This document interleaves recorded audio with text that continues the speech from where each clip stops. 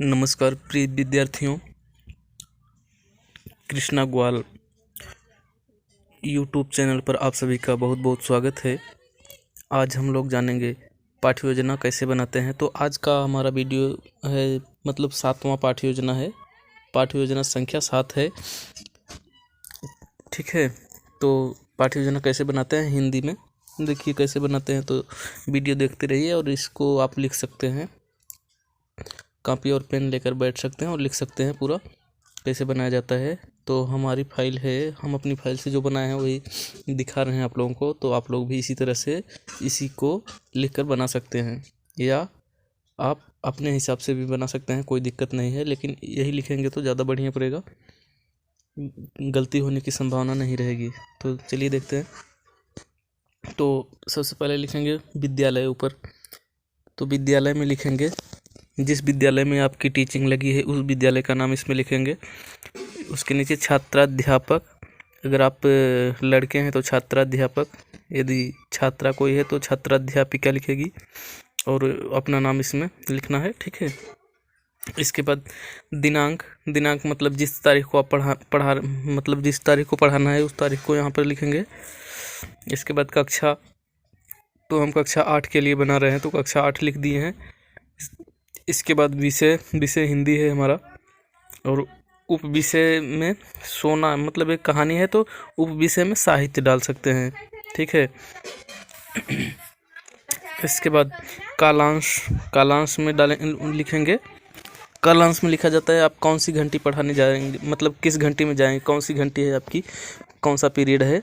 तो इसमें 1 2 3 4 जो भी आपका पीरियड रहेगा वो इसमें कालांश में लिखा जाएगा। अवधि में अवधि में कितने समय पढ़ाना है आपको, कितने समय की घंटी है आपकी, मतलब 35 से 40 मिनट जो भी हो इसमें लिखेंगे अवधि में।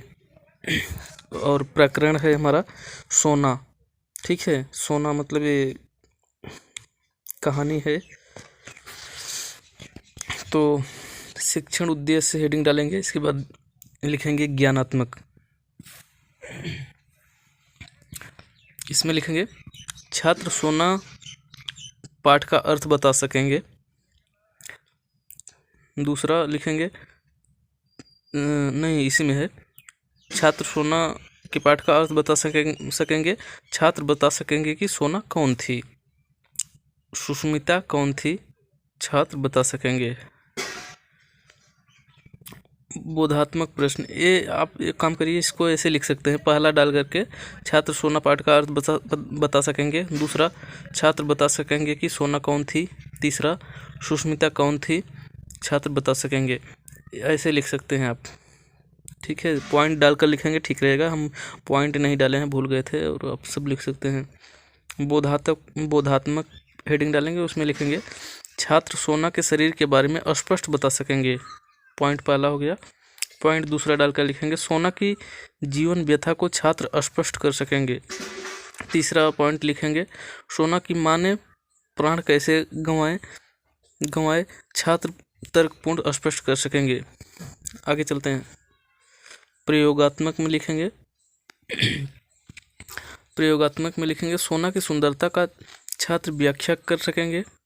दूसरा पॉइंट लिखेंगे सोना कहानी के उद्देश्य की व्याख्या कर सकेंगे। तीसरा पॉइंट लिखेंगे महादेवी वर्मा की कहानी सोना की व्याख्या कर सकेंगे।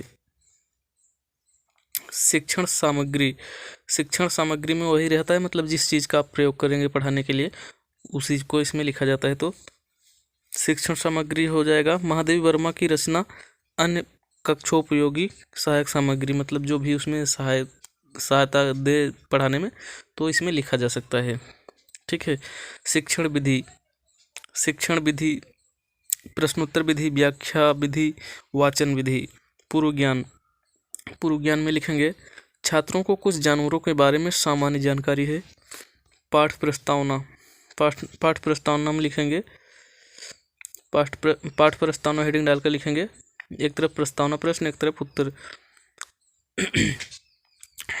या तो इस ऐसे भी लिख सकते हैं छात्राध्यापक कथन, और इसमें छात्र छात्रा क्रिया, इस तरह से भी लिख सकते हैं, तो कोई दिक्कत नहीं है। तो चलिए पहला पॉइंट लिखते हैं, छात्रों हाँ पूछेंगे, मतलब इसमें प्रश्न पूछा जाता है तो पूछेंगे छात्रों गहने किससे बनते हैं, तो उत्तर देंगे सोना चांदी से बनते हैं। तो दूसरा पॉइंट लिखेंगे सोना को और किस नाम से जानते हैं, बच्चे कहेंगे कनक, यहाँ लिखेंगे। इसी तरह से आप भी लिख सकते हैं, उतार लेंगे पूरा, कोई दिक्कत नहीं।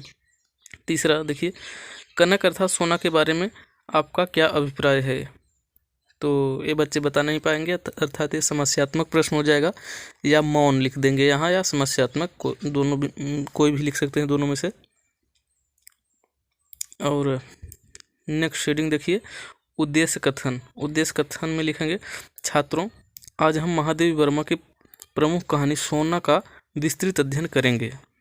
प्रस्तुतिकरण हेडिंग डालेंगे। अब प्रस्तुतिकरण हेडिंग डालकर लिखेंगे प्रस्तुत गद्यांश को एक ही अन्वित में पढ़ाया जाएगा। कहने का मतलब जो भी गद्यांश है एक ही बार में पढ़ाया जाएगा पूरा।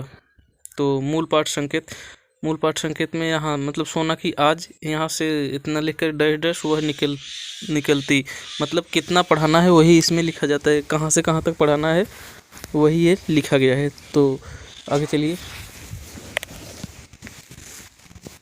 आगे चलते हैं। तो यहाँ लिखेंगे आदर्श वाचन।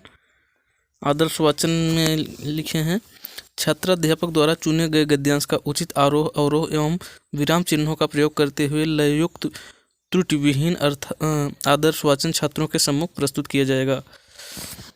अनुकरण वाचन में देखिए क्या है। अनुकरण वाचन में है छात्राध्यापक द्वारा कक्षा के कतिपय छात्रों से चुने हुए गद्यांश का वाचन करवाया जाएगा। बोध प्रश्न में लिखेंगे। बोध प्रश्न में लिखेंगे क्या, देखिए पहला आज अचानक लेखिका को किसकी याद आई। दूसरा लिखेंगे लेखिका ने क्या प्रण किया था। तीसरा लिखेंगे सोना कौन थी। चौथा होगा सोना की आँखें व शरीर कैसा था। पांचवा है लेखिका को सोना कहाँ मिली थी। तो आगे देखिए कठिन प्रश्न। कठिन प्रश्न मतलब जो कठिन रहेंगे उसका अर्थ इसमें बताया जाता है। तो देखिए क्या है, एक तरफ लिखेंगे शब्द, एक तरफ अर्थ, एक तरफ युक्ति, फिर आगे युक्ति प्रयोग। तो चलिए शब्द में लिखेंगे स्मृति, अर्थ हो जाएगा याद, युक्ति हो जाएगा शब्दार्थ, करने का मतलब ये शब्दार्थ है, युक्ति प्रयोग याद आना।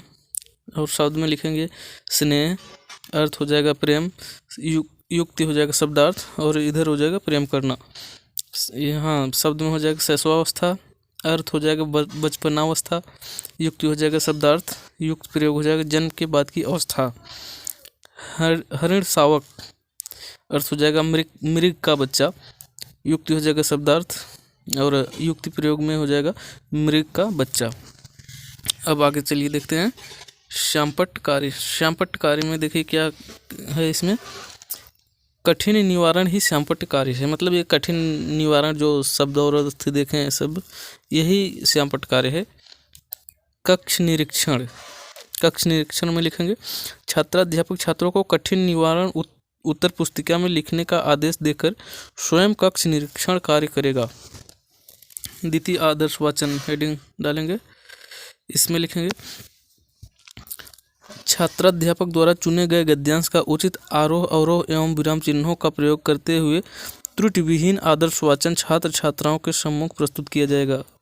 मौन वाचन में लिखेंगे छात्राध्यापक द्वारा समस्त छात्र छात्राओं से मौन वाचन करवाया जाएगा। आगे देखते हैं श्यामपट्ट सारांश हेडिंग डालकर लिखेंगे सोना एक हिरण की बच्ची थी। दूसरा लिखेंगे एक बार शिकारियों का समूह वन में शिकार करने पहुंचा। तीसरा लिखेंगे सभी जीव भाग गए पर सोना और उसकी माँ वहीं रह गए।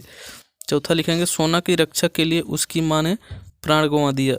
पांचवा लिखेंगे सोना घूमते हुए एक पास के गांव में पहुंची।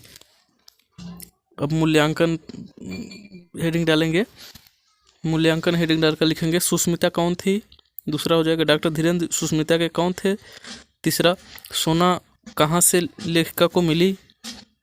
गृह कार्य हेडिंग डालेंगे। अब गृह कार्य हेडिंग डालकर लिखेंगे सही विकल्प का चयन करें। तो सोना थी ए हिरन का बच्चा, बी कुतिया का बच्चा, तो यही था पाठ्य योजना। हम मिलेंगे इसी तरह के नेक्स्ट वीडियो में। तब तक के लिए जय हिंद, जय भारत।